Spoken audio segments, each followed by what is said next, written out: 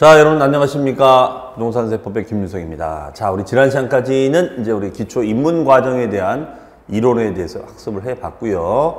자, 이번 시간에는 또 이제 시간이 많이 흘렀지 않습니까? 자, 그러면 이제 또 까먹었겠죠. 그렇죠? 자, 그래서 우리가 조세 총론 공부했었던 것부터 양도소득세까지 OX 문제를 가지고 복습을 좀 한번 정리를 해 드리도록 하겠습니다. 그래서 요거 지문 정리를 잘 또 해두시면 여러분들이 다음 또 기본 강의 들으실 때도 많은 도움이 되실 겁니다. 자, 그래서 꼭 요 제가 해설해 드린 거는 다시 한번 여러분들 꼭 프린트를 하셔서 또 풀어보기도 하시고 그렇게 하시기 바랍니다. 자, 그러면 그 첫 번째는 우리 조세 총론이죠. 조세 총론에 대한 복습을 해보도록 하겠습니다. 조세 총론에 대한 복습이 되겠습니다. 조세 총론.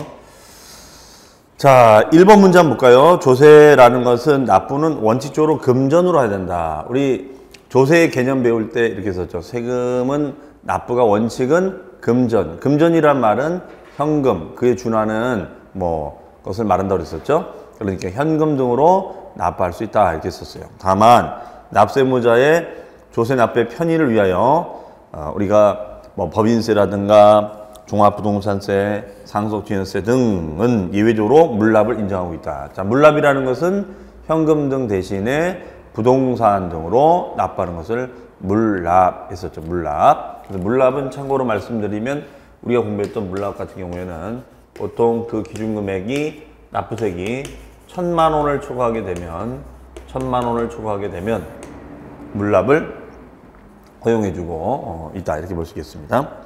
그 다음에 두 번째는 신고 납부 방법이란, 그러니까 1번은 정답이 5가 되겠죠. 5가 되겠습니다. 5. 자, 해설은 그 밑에 또 OX 정답을 해놨으니까 참고하시고요.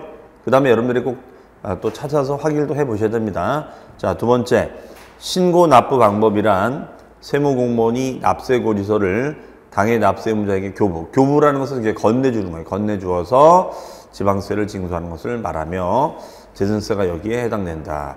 이건 틀렸지. X입니다. X.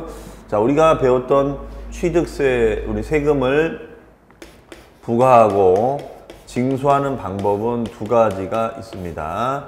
첫 번째는 납세무자 스스로 자진 신고하는 방식이 있고, 그 다음에 두 번째는 우리가 고지 납부하는 방식이 있습니다.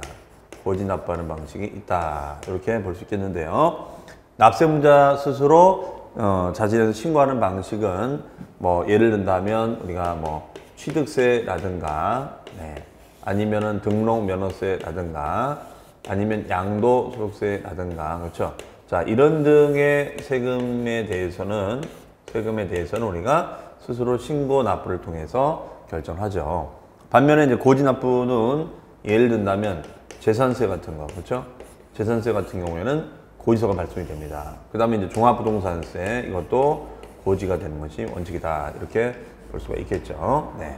그런 측면에서 차이가 있다라고 보시면 되겠어요. 납세자 스스로 신고하는 방식이 있고, 그 다음에 고지가 되는 방식도 있다더라. 이렇게 볼 수가 있겠습니다.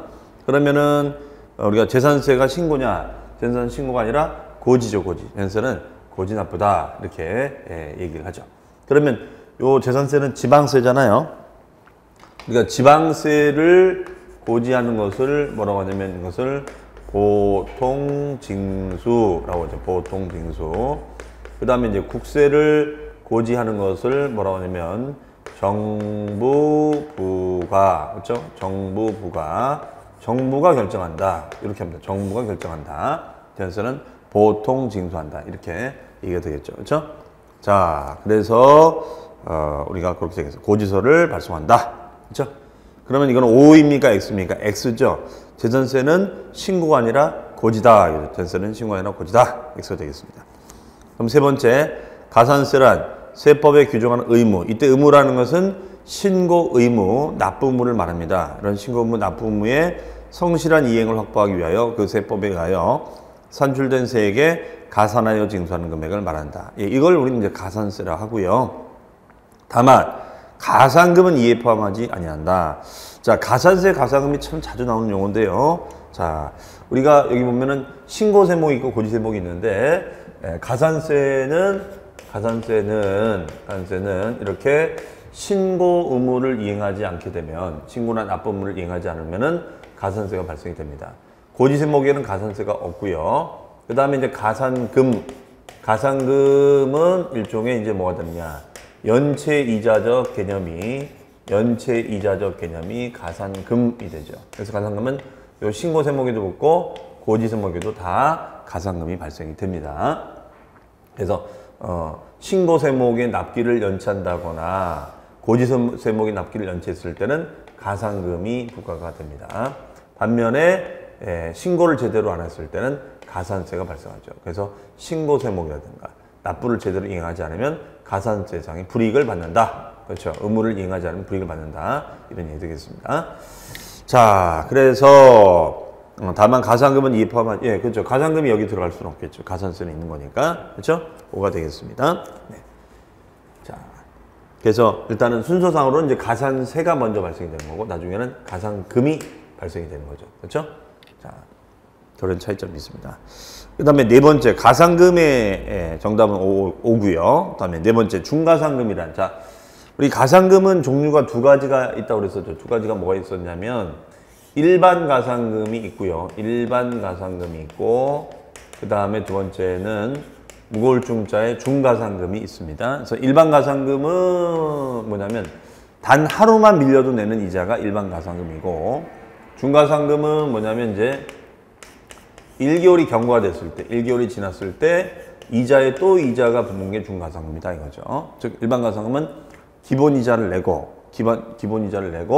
추가로 더 이자를 더 내는 걸 말하죠. 이것을 우리는 중가산금 이렇게 얘기하죠. 그러면 중가산금이란 납부기한이 경과한 날로부터 1월이 경과 지날 때마다 체납된 조세의 1.2%를 가산하여 징수한다. 이 경우 중가산금을 가산하여 징수하는 기간은 몇 개월을 초과하지 못한다?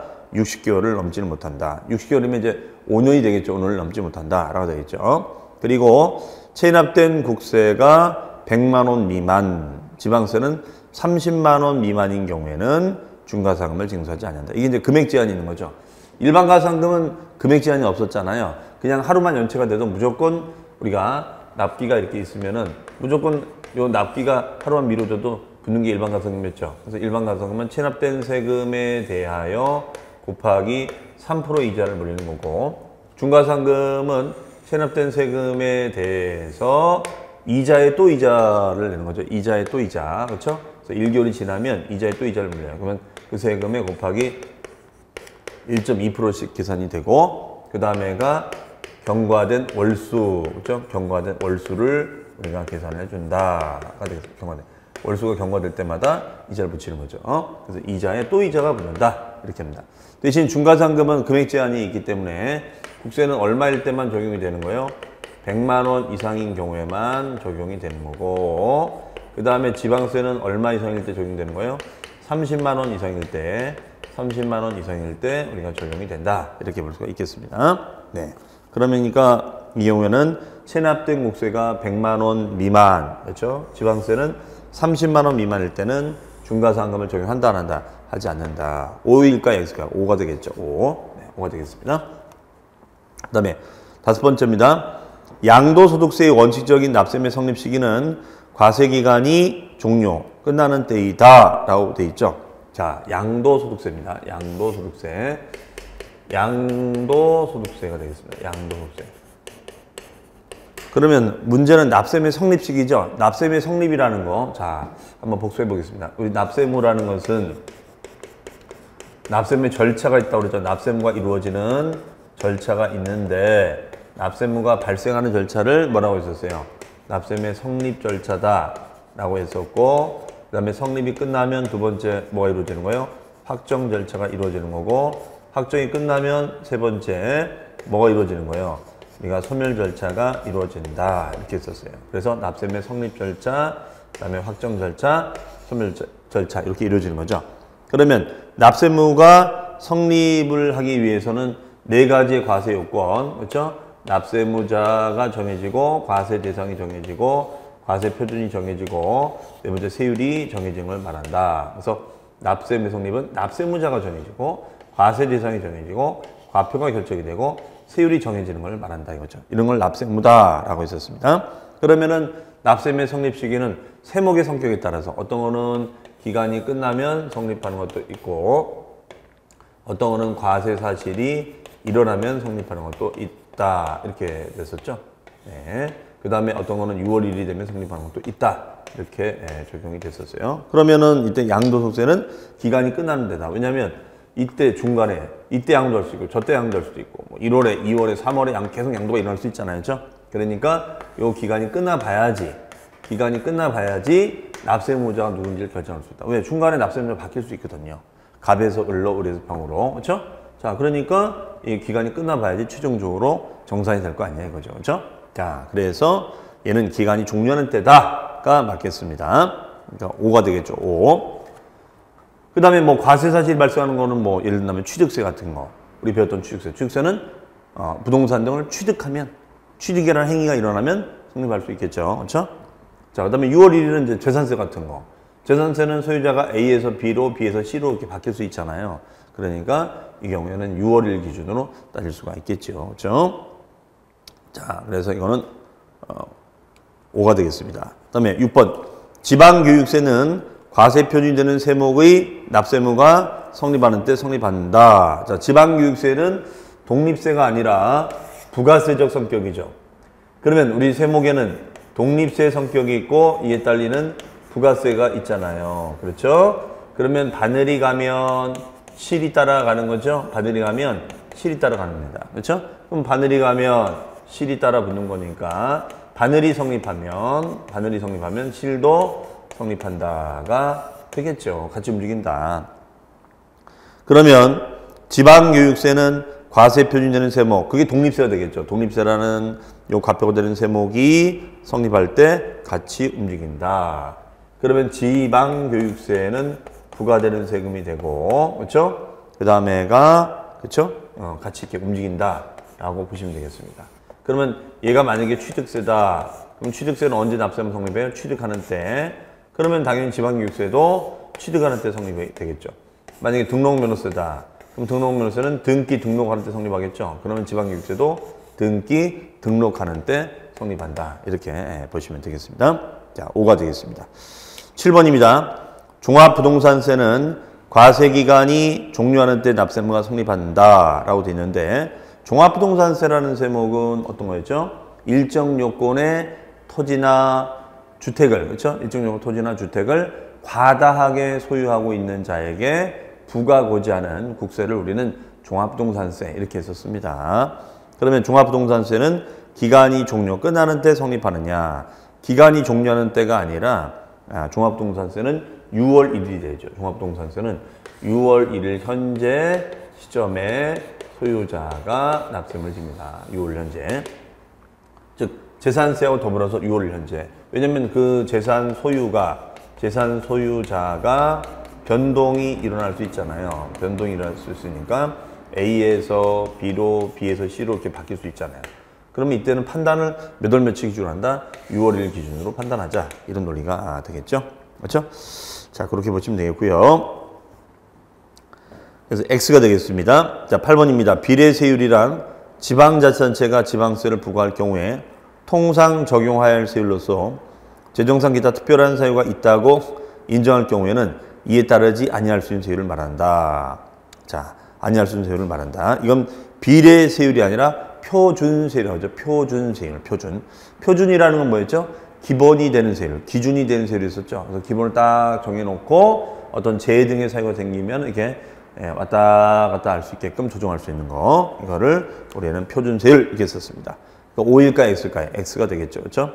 그 다음에 9번입니다. 농어촌 특별세 또는 지방교육세 등은 지방세 중 목적세에 해당이 된다. 5일까요, X일까요?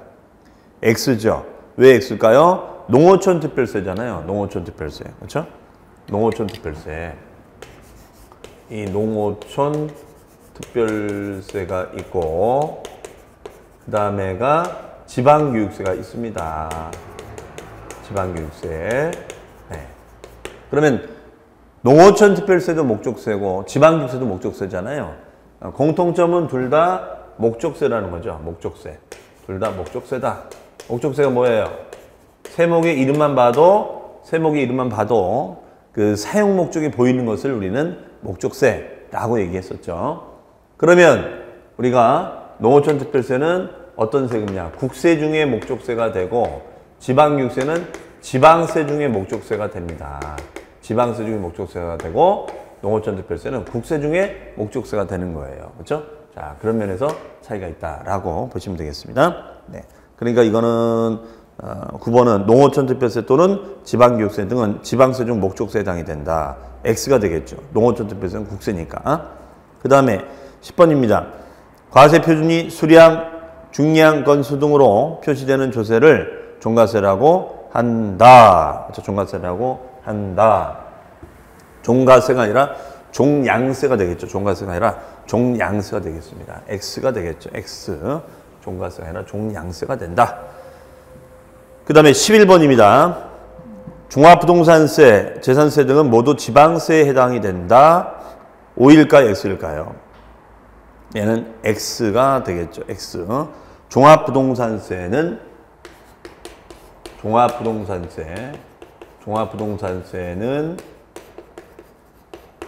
국세가 될 겁니다. 국세. 재산세는 뭐예요? 재산세는 지방세가 되겠죠. 지방세.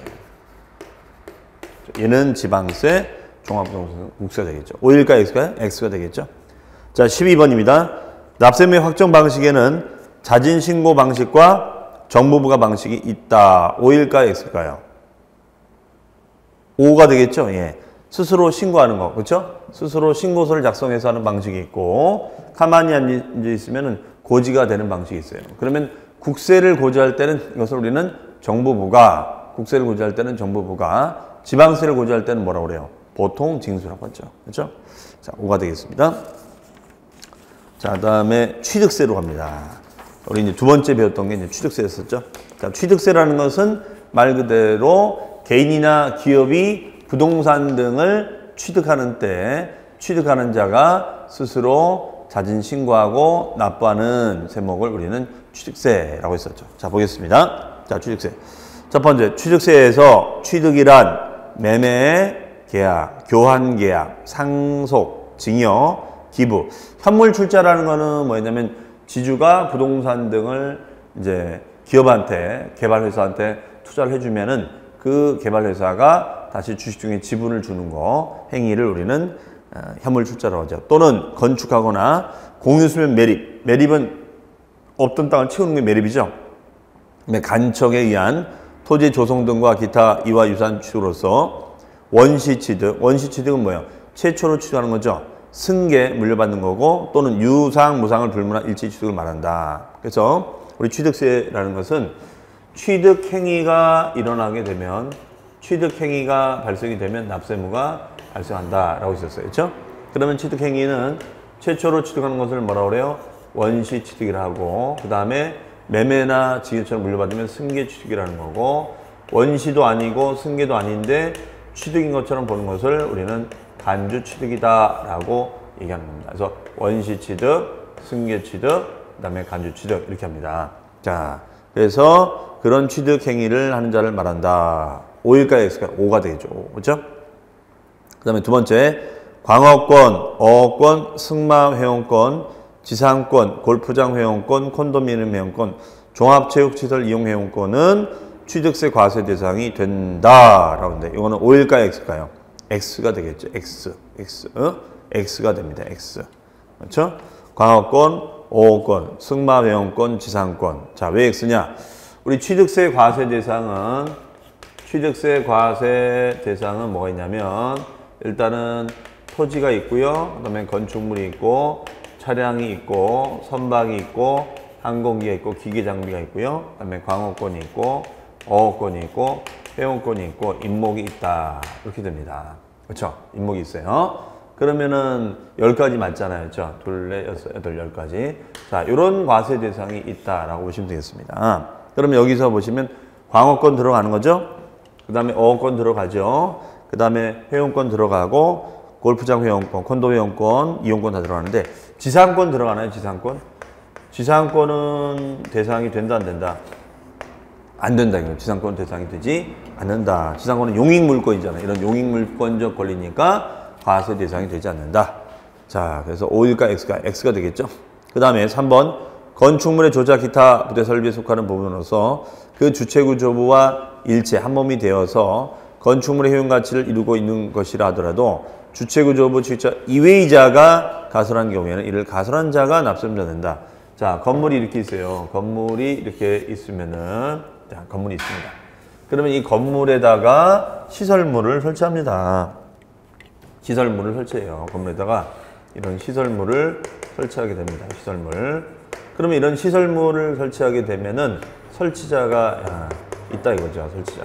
설치자하고 건물주가 다르잖아요. 다르죠. 그러면 당연히 설치자한테 세금을 받는 게 정상인데 이거는 이 시설물이 건물의 부속 시설물이잖아요. 건물의 부속. 건물에 딱 달라붙어 있는 거다. 그럼 건물에 달라붙어 있는 거니까 건물에 부속된 거 아니냐. 건물에 부속돼 있는 거 아니냐. 그러면 건물에 부속돼 있는 거니까 이거는 세금을 건물주한테 받자 이거죠. 건물주에. 그렇죠? 건물주한테 받자. 즉 부수가 돼 있으니까 건물주한테 받는 것이 맞겠다. 이런 얘기가 되겠어요. 네. 그러면 건물주를 주체구조부, 이게 주체, 이걸 주체로 주체구조부. 그 다음에 요거를 이제 뭐라고 할까요? 보조부 이렇게 표현. 보조부. 이걸 주체구조부, 보조부 이렇게 합니다. 자, 그래서 가설한 경우에는 이를 가설한 자가 아니라 주체구조부 직자가 납세업자 된다가 되겠습니다. 5일가 X가 되겠죠. 그렇죠? 그 다음에 4번입니다. 개인 간의 매매로서 유상승계 취득 시 계약상 잔금 지급일이 명시가 되지 아니한 경우에는 사실상 잔금 지급일에 취득한 것으로 본다 라고 되어 있는데, 자, 이건 취득 시기를 물어보는 거죠. 우리 취득세는 취득한 날로부터 며칠까지 여러분들 신고하는 거였었죠? 네, 60일까지 신고하는 거였어요. 60일. 60일이요. 그러면 이때 유상승계로 취득한다. 유상승계로 취득한다는 것은 매매 등의 원인으로 취득하는 것인데, 여기는 두 가지 객관적인 취득시가 있었고요. 그다음에 주관적인 취득시가 있었습니다. 그래서 객관적인 취득은 누가 봐도 알 수 있는 취득시기죠. 그러면 객관적이든 주관적은 개인과 개인 간의 거래를 말했었어요. 그러면 어쨌든 둘 다 우리 매매 원인에 따라서 계약을 했다라고 한다면 공통점이 있다면 어떤 매매 계약은 흐름이 똑같을 거 아닙니까? 그럼 당연히 계약금 들어가고 그 다음에 이제 중도금 들어가고 세 번째 잔금 들어가고 네 번째 등기가 들어가잖아요. 그렇죠? 그러면 이 경우에는 잔금 날짜로 가야겠어요? 등기 날짜로 가야겠어요? 그렇죠. 당연히 둘 중에 무슨 날? 그렇죠. 둘 중에 빠른 날이니까 무슨 날짜 되겠어요? 그렇죠. 잔금 날짜가 되죠. 잔금 날짜. 맞습니까? 그러면 잔금 지급일. 다만 개인 간의 거래는 계약서에 의존하는 거니까 계약상 잔금 지급일이 되겠습니다. 계약상 잔금 지급일. 네. 근데 이 날짜가 명시가 안 되면 이걸 몰라버리면 어떡할 거냐. 그런 경우에는 계약일 플러스 60일을 취득 날짜로 봅니다. 계약일 플러스 60일을 취득 날짜로 봐요. 네, 그렇게 보시면 되겠습니다. 그래서 사실상 잔금 날짜가 아니라 이 경우는 계약일 플러스 60일이 된다. 이렇게 해석하시면 되겠습니다. 그 다음에 5번입니다. 개인 간의 증여계약에 의하여 부동산을 취득한 경우에는 등기를 취득 시기로 본다. 자, 증여는 계약이죠. 증여는 계약을 원인으로 합니다. 증여는 계약을 원인으로 해요. 증여는 계약을 원인으로 합니다. 그러면 계약일이 있고 그 다음에가 등기일이 있어요. 그러면 계약일이 빨라요? 등기일이 빨라요? 그렇죠. 계약일이 빠르죠. 그러면 이 경우에는 등기일이 아니라 계약일이 된다. 5일까 X일까요? X가 되겠죠. 그렇죠? 그 다음에 6번입니다. 관계법령 규정에 의하여 매립간척 등으로 토지를 원시 취득하는 경우에는 공사준공 인가. 인가가 나야지 등기가 떨어지겠죠. 공사준공 인가가 나야지 등기가 떨어지겠죠. 그러면 공사준공 인가일 이렇게 표현해주면 되겠죠. 자, 7번입니다. 토지 지목 변경에 따른 취득은 토지 지목이 공부상 변경된 날에 취한 것으로 본다. 공부상 변경이 아니라 사실상 변경이죠. 공부상이 아니라 사실상 실제로 변경된 날로 간다가 되겠습니다. 5일까 X일까요? X가 되겠죠. X. 네. 자, 그 다음에 이제 8번 문제로 갑니다. 취득 당시 가액은 취득자가 신고한 가액이 한다. 다만 신고 또는 신고가액의 표시가 없거나 그 신고가액이 금액이 그 시가표준액에 미달하는 때는 그 시가표준액이 난다. 아, 중요한 문장입니다. 그렇죠? 자, 8번 지문은 뭐냐면 취득세 과세 표준을 물어보는 질문이죠. 자, 우리 취득세 계산은 여러분들 취득세 계산은 어떻게 하죠? 취득세 계산은 취득가액에다가 곱하기 세율 이렇게 썼죠. 그러면 요 세율 앞에 있는 요 금액을 뭐라고 할까요? 그렇습니다. 이 금액을 과세 표준이다 이렇게 얘기를 하고 있습니다. 그러면 과세 표준을 결정할 때는 결정하는 순서가 어떻게 됐었느냐?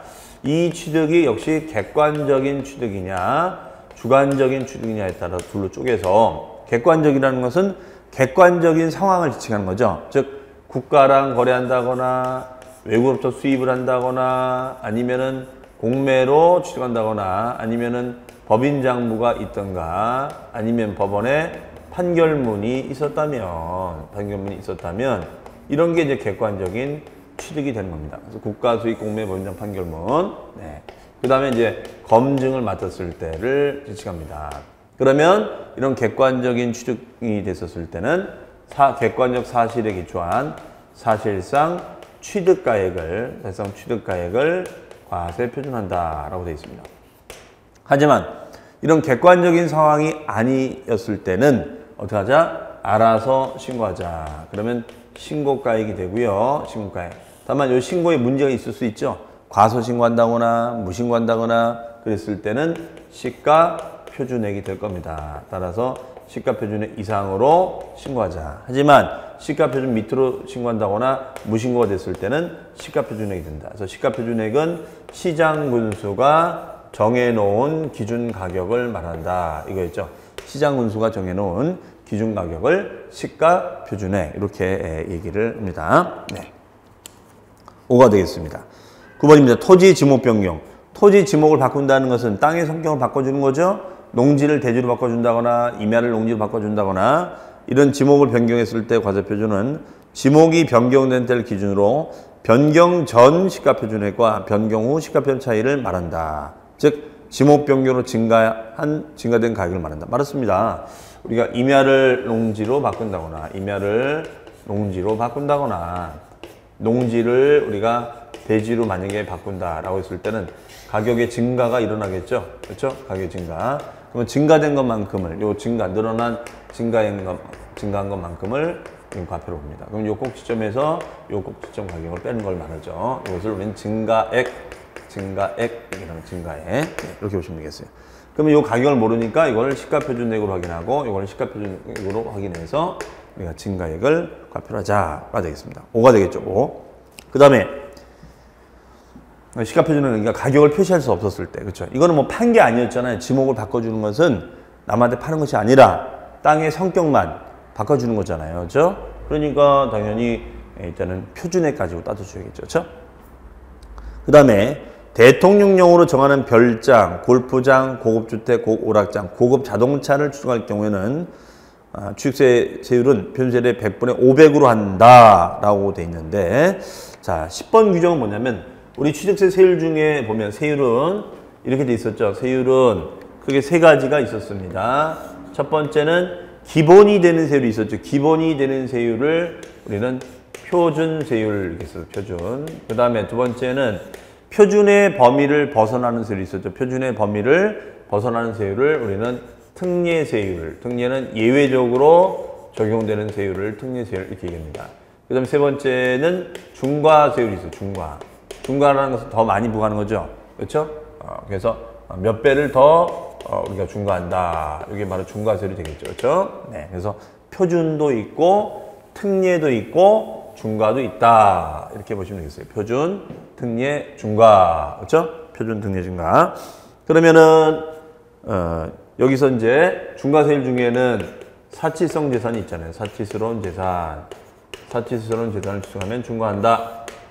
그러면 사치성 재산이 뭐가 있느냐? 종류가 별장이 있고요. 별장. 그 다음에 골프장이 있고, 그 다음에 고급 오락장이 있고, 그 다음에가 고급 선박이 있고요. 그 다음에 다섯 번째가 고급 주택이 있습니다. 네, 이렇게 5가지 형태가 있습니다. 네. 그러면 거기 보시면은 100분의 500이 아니라 얘네들은 기본 세율을 내고요. 기본 세율을 내고 플러스 중과할 때 쓰는 2%. 요걸 이제 중과 기준세율이다 이렇게 하죠. 기준세율 2%의 4배만큼 중과를 합니다. 그럼 2%의 4배면은 몇 프로 되는 거죠? 8%를 더 받는 거죠? 네. 그래서 기본세율 플러스 8%를 더 내세요. 라는 그런 얘기가 되겠습니다. 그러면 5일까요? X일까요? X가 되겠죠. 그렇죠? 11번입니다. 취득가액이 50만원 미만인 때는 취득세를 부과하지 아니한다. 이 규정은 우리가 면세점을 말하는 거죠. 즉 과세표준 금액이 일정 금액 밑으로 떨어지면 아예 세금이 없는 제도가 있죠. 그런 제도를 우리는 면세점, 그렇죠? 면세점, 그렇죠? 그럼 50만원 미만이 아니라 50만원 이하거든요. 50만원 이하. 그럼 50만원 이하니까 50만원이 포함이 되는 거야, 안 되는 거야? 포함이 되는 거죠. 즉 50만원까지는 취득세를 부과한다, 안 한다? 아니한다가 되겠죠. 5일까요? X일까요? X가 되겠죠. X. 네. 그 다음에 12번입니다. 취득세 신고기한. 자, 취득세 신고는 언제까지라고요? 취득한 날로부터 며칠? 그렇습니다. 60일까지죠. 60일. 60일까지 신고하지 아니한 자는 그 신고기한 만료일로부터 1개월을 경과하지 아니한 경우로서 당해 취득세를 보통징수. 여러분들 보통징수가 무슨 뜻이었었죠?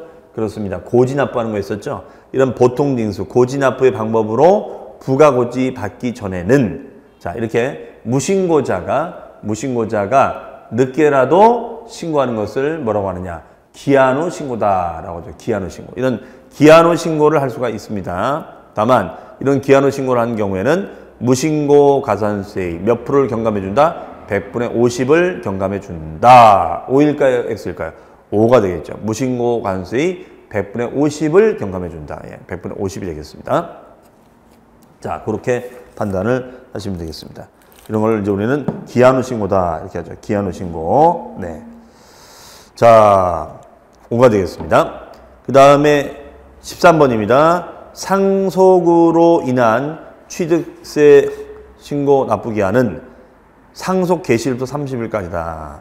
자, 이 13번도 X가 되겠습니다. 자, 우리 취득세는 취득한 날부터 60일까지가 맞는데요. 예외가 있죠. 예외적으로.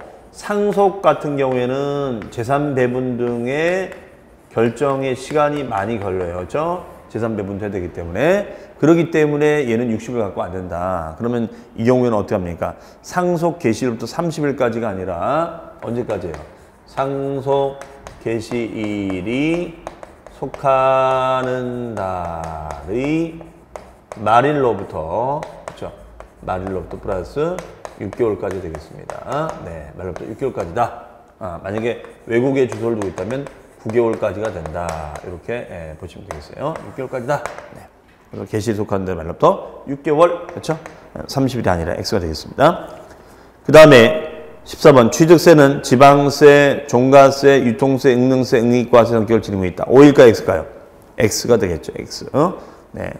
취득세는 지방세고 종가세는 취득 가액 곱하기 세율이니까 가액을 과표로 하는 거잖아요. 가액을 과표로 하는 거니까 이게 뭐가 되겠어요? 종가세가 되겠죠. 종가세. 가액을 쫓아서 부과하는 세금. 그다음에 유통세라는 것은 사고 파는 걸 유통이라고 하는 거죠. 그다음에 응능세는 부담 능력만큼 내는 것을 응능세라고 합니다. 응익세라는 것은 어떤 재산을 가지고 있으면 수익이 예상이 되죠. 뭐 임대 수익이 예상이 된다거나 그런 것이 응익세인데 취득세는 응익세는 아니죠. 응익세는 재산세가 응익세입니다. 재산세가 응익세적 성격을 가지고 있습니다. 재산세가. 따라서 응능세는 맞지만 응익세는 아니에요. 그러니까 이런 용어적인 구분을 좀 잘 하셔야죠. 그렇죠? X가 되겠습니다. 자, 이 상황에서 이번 시간에는 취득세까지 정리해 봤고요. 다음 시간에는 이제 등록면허세부터 해가지고 또 정리를 해보도록 하겠습니다. 자, 복습 잘 해주시고요. 저는 다음 시간에 뵙겠습니다. 수고 많으셨습니다.